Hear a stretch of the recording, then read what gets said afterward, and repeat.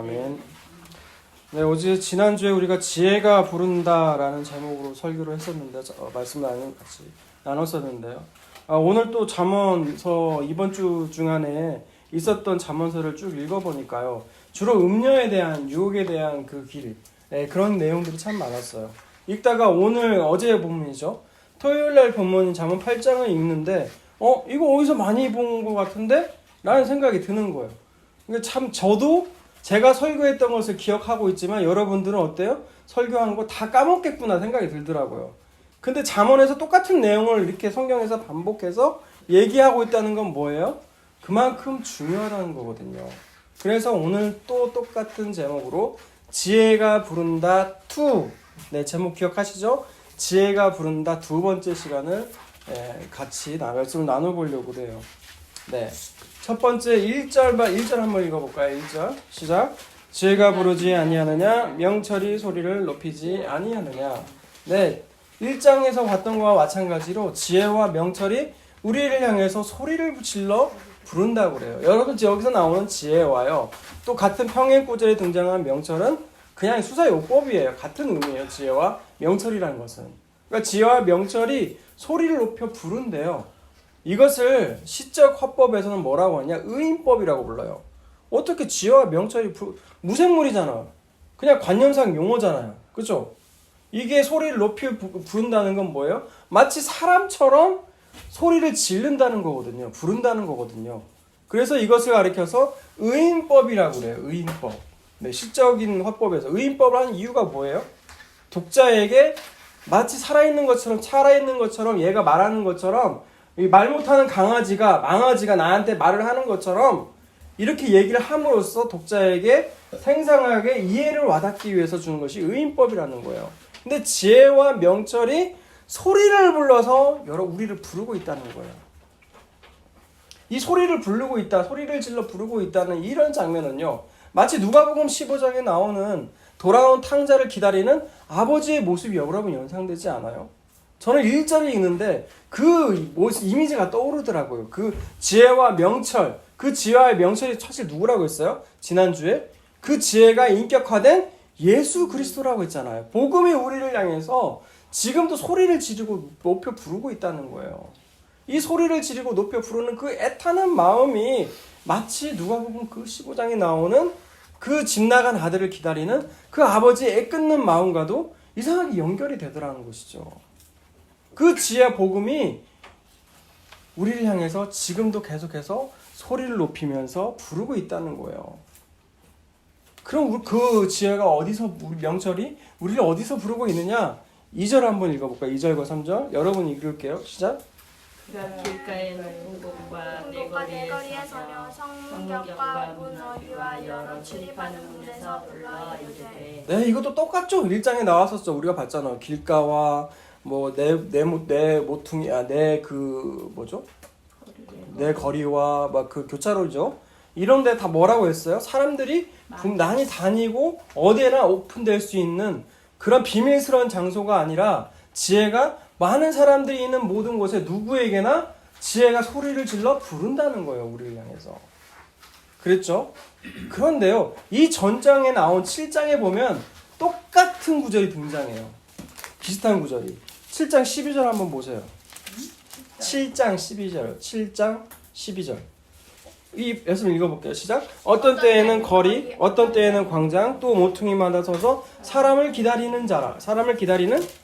네. 얘가 누구예요? 음녀. 네, 음녀예요. 음녀도 똑같이 사람 다니는 길목에서나 어디에서든지 음녀도 소리를 친다는 거예요. 네, 똑같이 그 같은 공간에서도요, 지혜가 외쳐 부르는 소리에 응답하는 사람이 있고 음녀가 부르는 소리에 유혹되는 사람이 있더라는 거예요. 그러나 지혜의 소리에 그걸 듣고 나아가는 사람은 생명을 얻는다는 거예요. 하지만 음녀의 유혹에 빠지면 어때요? 7장의 결론이 보니까 그의 집은 스올의 길이라 사망의 방으로 내려가느니라. 결국 죽음으로 내려간다는 거예요. 음녀의 길이 매끄럽고 아주 그럴싸하고 우리에게 모든 것을 보장해주는 듯하지만 결국은 어때요? 죽음으로 갈 수밖에 없다는 거예요.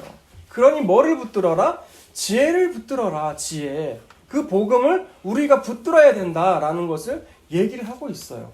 뭐 사실 붙든다는 얘기도 좀 그래요. 우리가 붙드는 것 같이 보이지만 사실 먼저 복음인 예수 그리스도께서 우리를 먼저 사로잡으시거든요.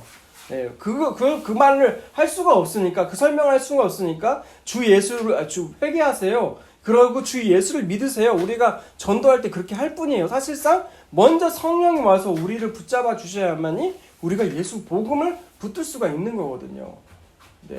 아무튼 그 지혜의 소리가 계속해서 외치고 있다는 것이죠. 뭐라고 외칩니까? 4절과 5절을 읽어볼게요. 4절과 5절. 그 지혜가 이르는 소리가 4절과 뭐라고 부르는지 4절과 5절 읽어보세요. 시작. 사람들아 내가 너희를 부르며 내가 인자들에게 소리를 높이니라. 어리석은 자들아 너희는 명철할지니라. 미련한 자들아 너희는 마음이 밝을지니라. 네, 지혜가 누구에게 외치냐면 사람들에게 외치는 거예요. 사람들아 내가 너희를 부르며 내가 인자들은 뭐예요? 인자도 또한 사람의 아들이라는 거예요. 똑같이 사람들이라는 거예요. 사람들에게 내가 소리를 높인다는 거예요. 그 인자가 바로 누구냐? 5절에서 얘기해요. 그 사람이 누구예요? 어리석은 자들, 미련한 자들이라는 거예요. 지혜의 말에는 대답하지 않고 음녀의 길에는 유혹되는 연약한 그 인간들, 그 어리석고 미련한 사람들에게 얘기를 하고 있는 거예요. 지혜가 뭐라고요? 명철해라. 마음이 밝아져야 된다. 깨달아라. 라고 계속해서 우리의 귓가에 대고 외치고 있다는 거예요. 이런 지혜의 특징은요. 5절부터 사실 5절 후반부터 나와 있거든요. 이 지혜의 특징은 뭐예요? 5절부터 7절까지 읽어볼게요. 5절부터 7절 읽습니다. 시작. 어리석은 자들아 너희는 명철할지니라. 미련한 자들아 너희는 마음이 밝을지라. 너희는 들을지어다. 내가 가장 선한 것을 말하리라. 내 입술을 열어 정직을 내리라. 내 입은 진리를 말하며 내 입술은 악을 미워하느니라.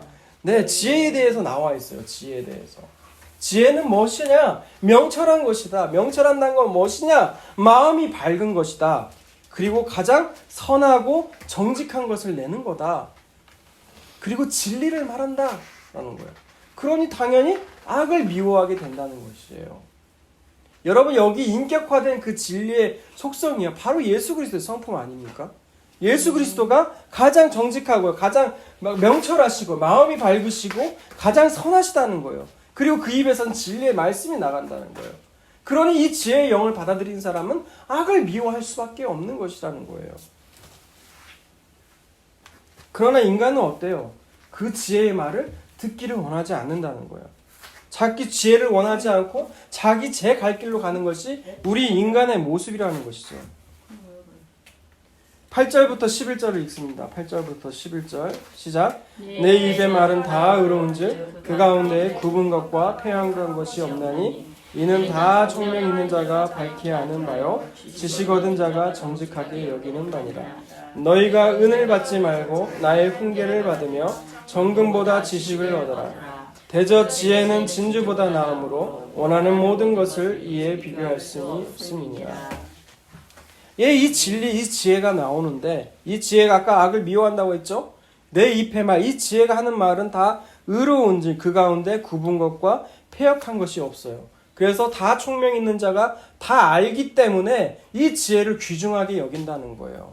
참된 지혜와 지식을 아는 사람은 이 지혜가 귀한 것임을 안다는 거예요.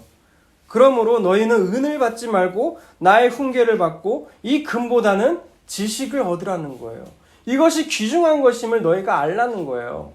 그리고 11절에서요. 이 오늘 본문에서 가장 중요한 얘기를 해요. 같이 읽어보겠습니다. 시작.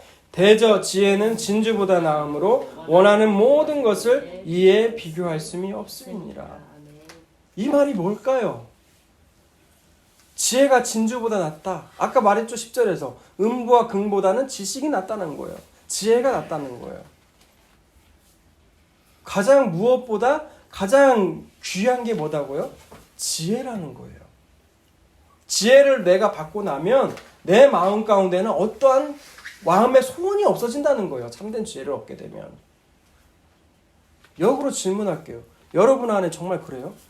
여러분 아까 지혜가 뭐라고 했어요? 예수 그리스도라고 했잖아요. 그 지혜가. 그 지혜가 구약시대적으로 말하면 지혜지만 신약으로 말하면 복음 예수 그리스도거든요. 이 예수 그리스도가 참된 지혜인데 이 지혜가 내 안에 있게 되면 어떠한 진주보다도 더 귀한 것이 없대요. 진주보다 훨씬 더 귀한 것이 뭐예요? 그 당시에 가치 있는 게 진주, 은, 금이었거든요. 이것보다 귀한 게 뭐라고요? 바로 참된 지혜라는 거예요. 그럼 여러분에게 질문을 해볼게요. 여러분 안에 정말 예수 그리스도가 계십니까? 예수 그리스도가 계세요? 그러면 내 마음에요 소원이 없대요. 주님만이 내 만족함이 되니까 내 마음에 소원함이 없대요. 여러분 정말 그러시냐고요? 하나님이 왜 아직까지 재림 안 하시는 줄 아세요? 이 고백 들으려고 그래요. 이 고백 들으려고. 이 내 마음 가운데 주 예수보다 귀한 것이 없습니다. 참 정말 주님이 내 안에 오시니까 내 마음에 소원이 없어요. 너무 좋아요. 이 고백 들으시려고 주님이 기다리고 계신다는 거라니까요. 여러분 정말 그러냐고요. 아까 이 말씀에는요 사실 두 가지 의미가 이 구절에 담아 있거든요. 한 가지가 뭐냐면 첫 번째 아까 얘기한 거예요. 은금보다 더 귀한 게 뭐라고요? 지혜라는 거예요. 그 지혜의 가치를 아는 사람은 지혜를 잡고 나면 정말 내 마음에 만족함이 됩니다. 소원이 없어요 라는 고백을 하게 된다는 게 첫 번째 의미고요. 두 번째는 이 반대로요. 그 진주라는 대목에서 우리가 떠오르는 게 있잖아요. 천국은 마치 진주를 찾는 장사 같다는 말이 있거든요. 성경을 읽어봐야 알죠. 고개를 끄덕인 사람은 할머니밖에 없고요. 진주를 찾는 장사와 같다고 했거든요. 그러니까 예수님을 진주 장사라고 한다면 진주는 누구냐? 바로 나예요. 나.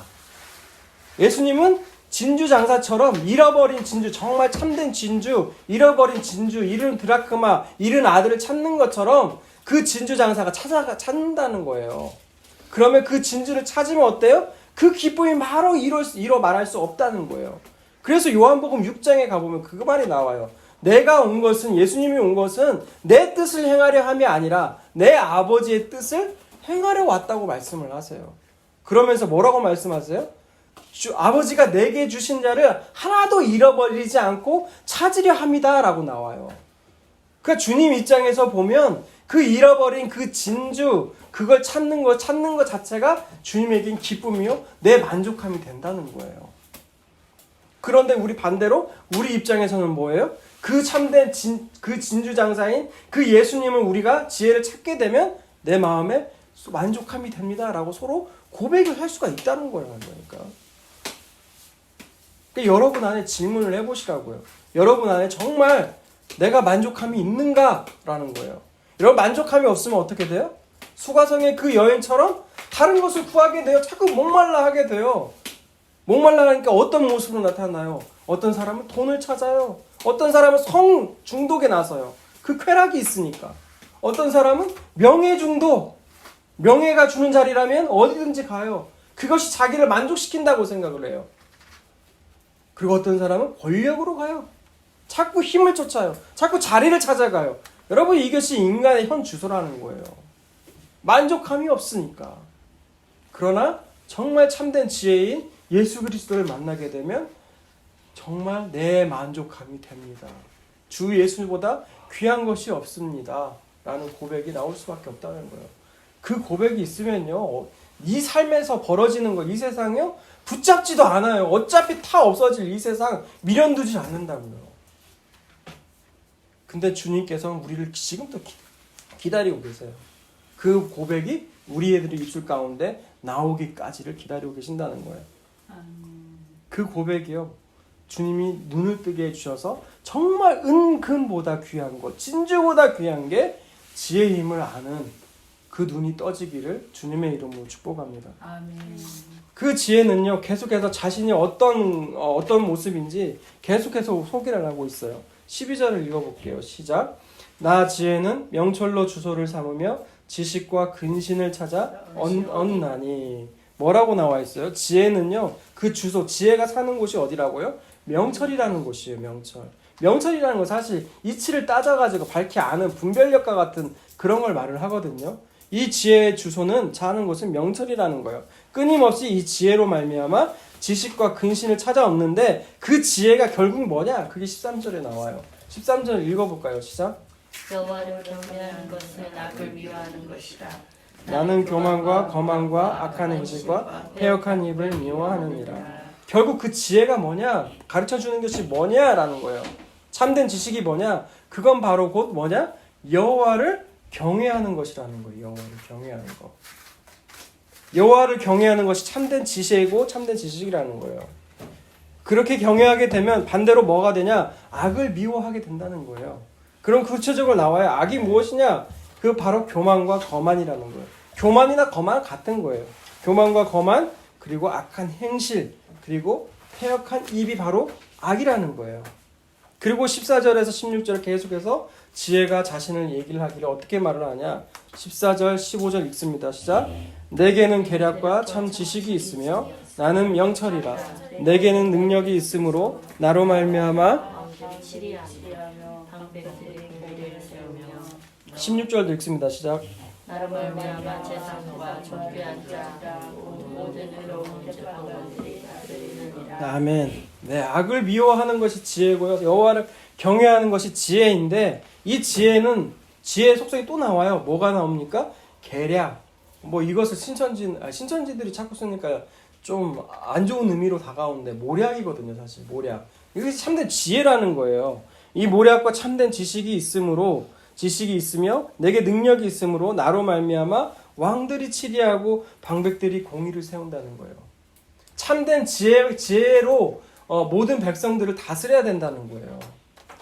그럴 때 나라가 평안해지고 평탄해지게 된다는 것이죠. 그래서 솔로몬은요, 이 참된 지혜를요, 그 꿈속에서 1000번째 드렸다는 그 기브온 산당에서 꿈을 꿀 때 구한 게 뭐예요? 지혜잖아요, 지혜. 그런데 그 지혜를 얻은 그 솔로몬이 결국은 어때요? 여인들의 유혹에 빠져서, 아내로 구한, 첩들로 구한 그 사람들이 섬기던 우상에게 빠져서 결국 그 지혜로 자신의 쾌락을 위해서 결국 살고 마는 것이 솔로몬, 인간의 타락이라는 것이죠.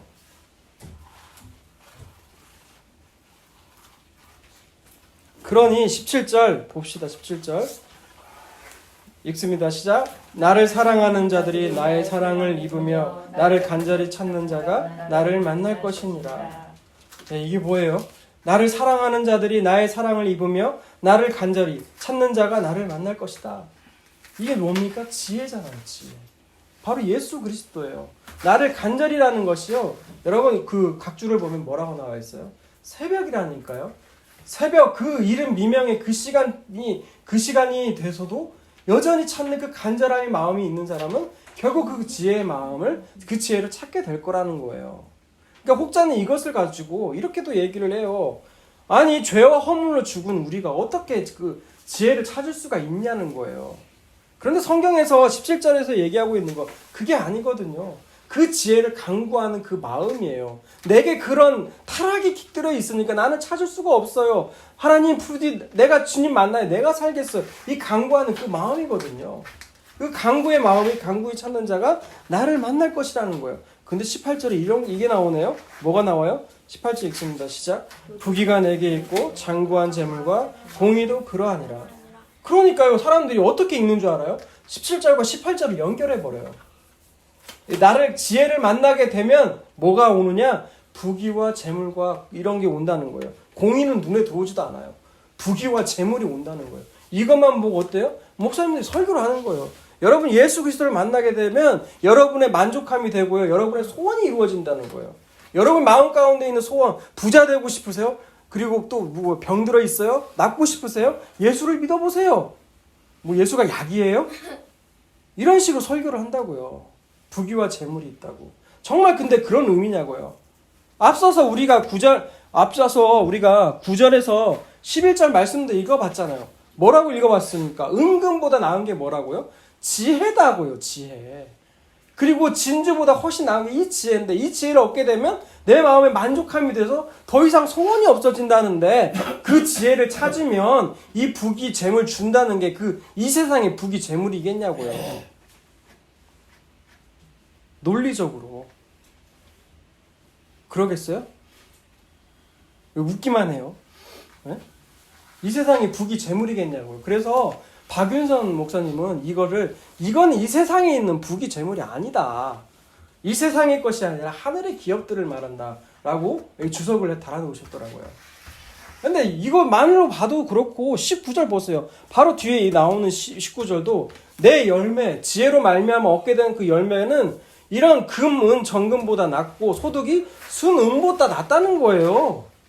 여러분 그런데 이 사물며 이런 썩어질 썩어질 그 세상에 없어질 그런 재물과 부귀를 말하겠냐는 거예요. 전혀 그렇지 않다는 거죠. 20절과 21절 한번 읽어볼게요. 20절, 21절. 나는 정의로운 종교를 하며 공의로운 길 가운데로 다니나니 이는 나를 사랑하는 자가 재물로 얻어서 그 곳간에 채우게 하려 함이니라. 네. 그러니 나는 내 지혜는요. 지혜의 속성이 또 나오거든요. 지혜는 어디로 가냐? 정의로운 길을 가고 공의로운 길을 간대요. 이는 나를 사랑하는 자가 재물을 얻어서 그 곳간에 채우게 하려 함이니라. 21절도 마찬가지예요. 목적이 재물을 얻어가지고 곳간을 채운다고 하니까 지혜를 찾아야겠다라고 생각이 든다면 여러분 성경을 문자적으로 보고 있다는 거예요. 고린도후서 3장 6절에 보면 그 말씀 나오죠. 예, 살리는 건 뭐라고요? 영이에요. 죽이는 건 문자거든요. 문자로 읽는다는 건 뭐냐? 이걸 율법의 조문으로 읽는다는 거예요. 율법을 조문으로 읽는다는 건 뭐예요? 하나님이 하라는 거 하고 하지 말라는 거 안 하고 그러면 복을 받는 거잖아요. 그 사람들이 누구였어요? 예수님이 그렇게 비판하고 비난했던 바리새인들이었다는 거예요. 이들의 안에는 뭐예요? 진실한 하나님을 경외하는 마음은 없고 그 껍데기, 이걸 하면 복 받는데 이걸 하면 저주를 받는데 그것만 남아 있었다는 거예요. 그 사람은 어때요? 그런 사람들은 참된 지혜를 얻지 못하는 사람들이잖아요. 그러니 참된 지혜 있는 것은 이런 것인 것을 알고 그렇게 살아야 된다는 거예요. 그러나 우리가 지난주에도 말을 했어요. 이렇게 지혜가 외치고 내가 지혜가 이런 것이니 지혜를 찾아라 라고 말을 했지만 사람들은 어떤다고요? 귀를 기울이지 않는다고요. 문을 닫는다고요. 왜 그럴까요? 창세기 3장에 보면 우리가 뱀이 유혹하는 장면이 나오잖아요. 창세기 3장 볼게요. 왜 우리 그 지혜가 말을 하는데 왜 그렇게 문을 닫느냐? 창세기 3장 1절을 주열이가 읽어봐요.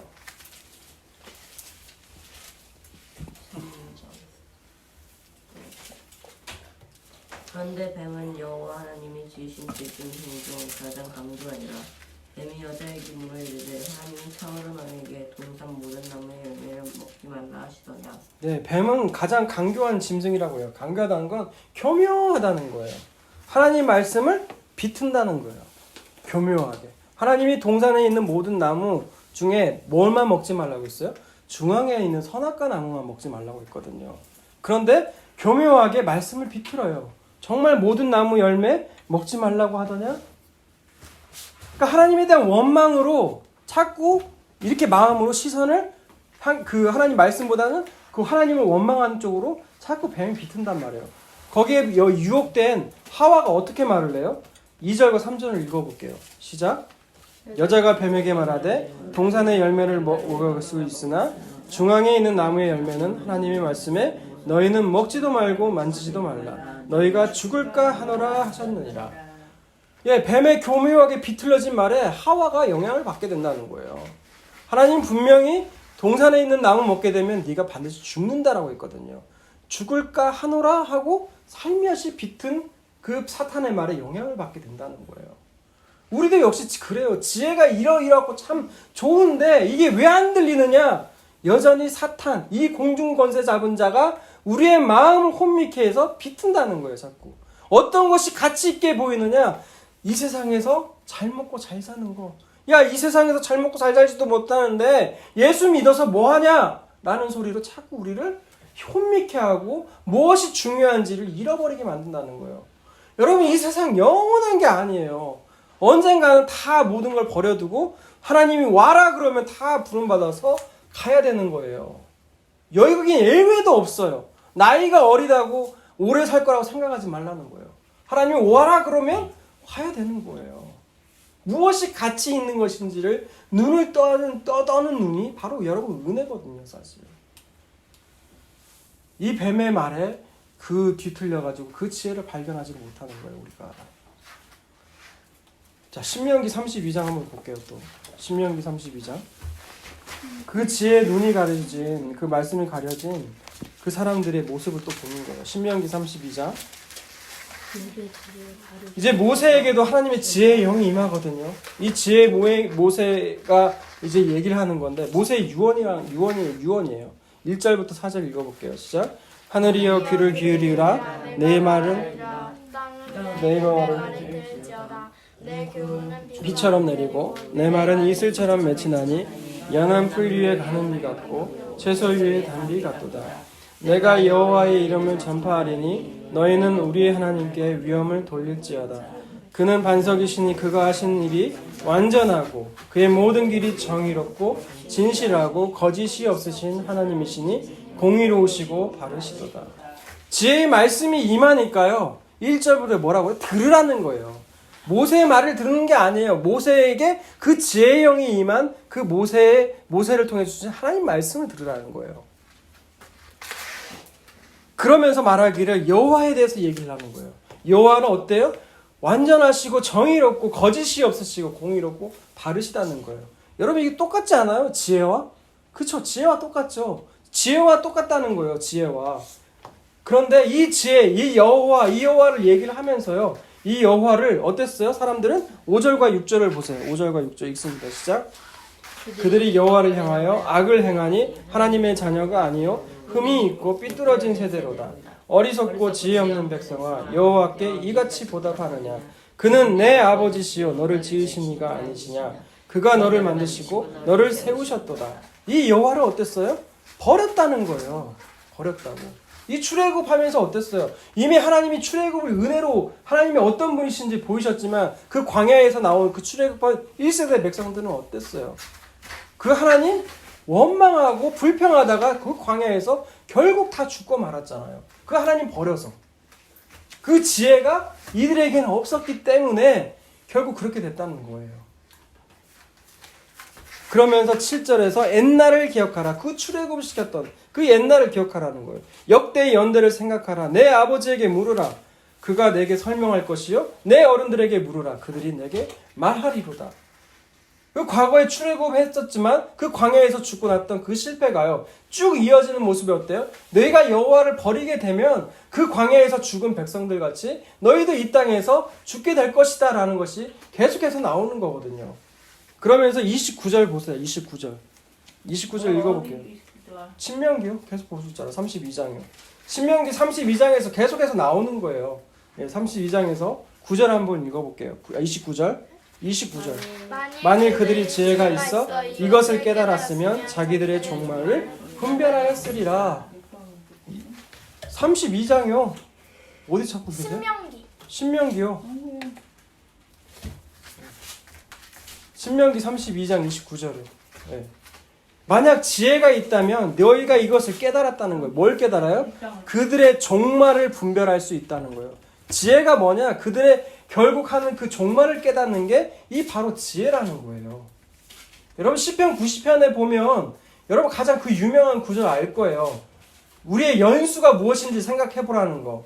인생이 강건하면 80이고 보통 70인데 이 다 수고와 슬픔과 연한뿐이다고. 그러면서 나오는 그 초반의 구절이 있거든요.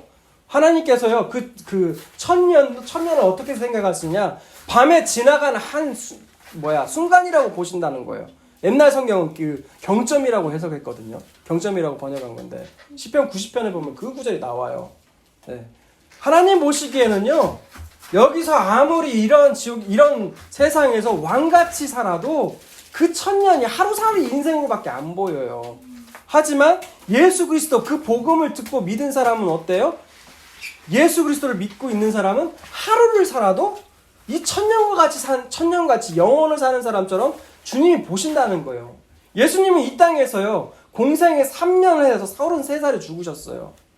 그렇다면은 그 하나님의 아들은 영생이시잖아요. 그 아들을 믿는 자는 이 땅에서 아무리 오래 사는 게 중요한 게 아니라는 거예요.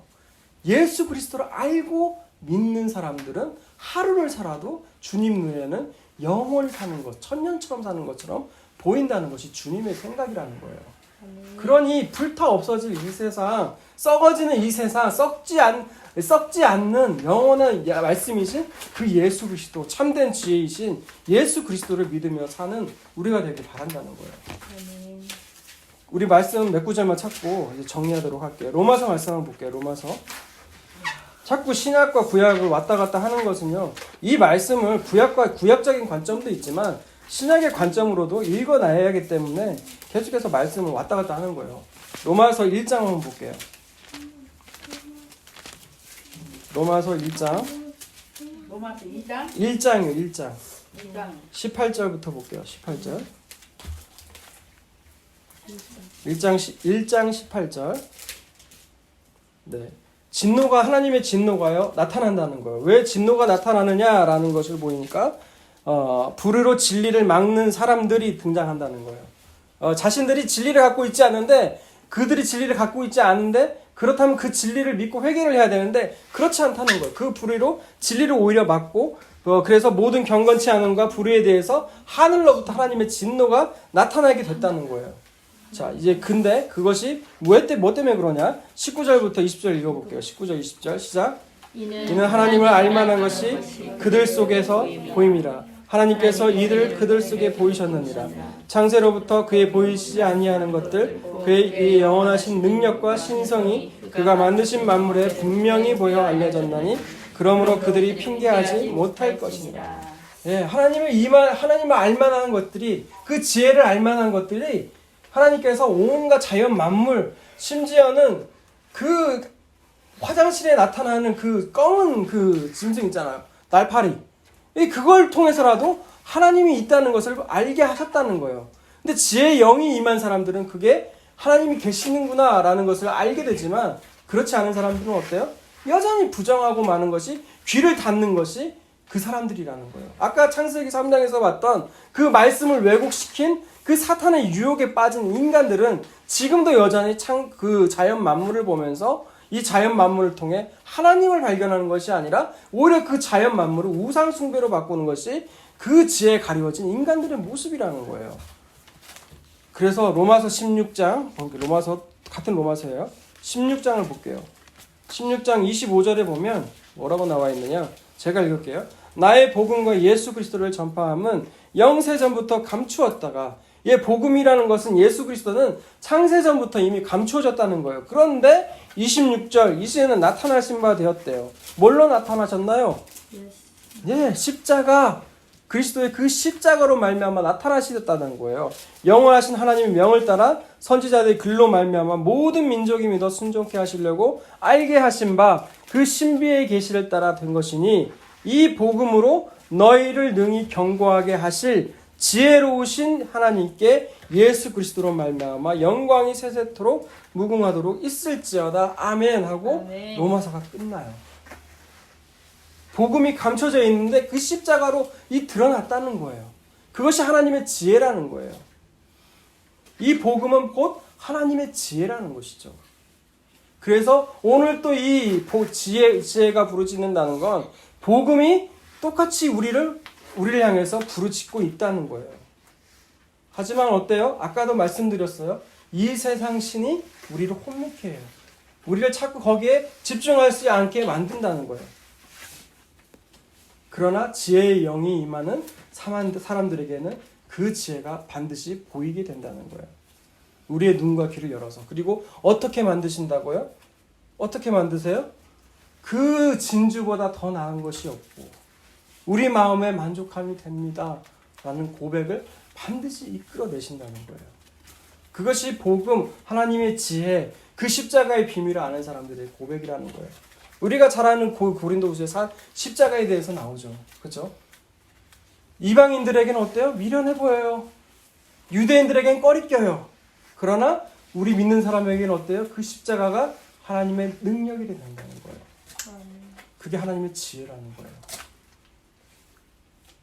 이 세상 신이 혼미케 하지만 그 지혜의 영이 임한 우리들에게는 그 지혜가 밝히 보여서 우리로 하여금 경고케 하시고 그 지혜가 우리를 이끌어 가신다는 거예요.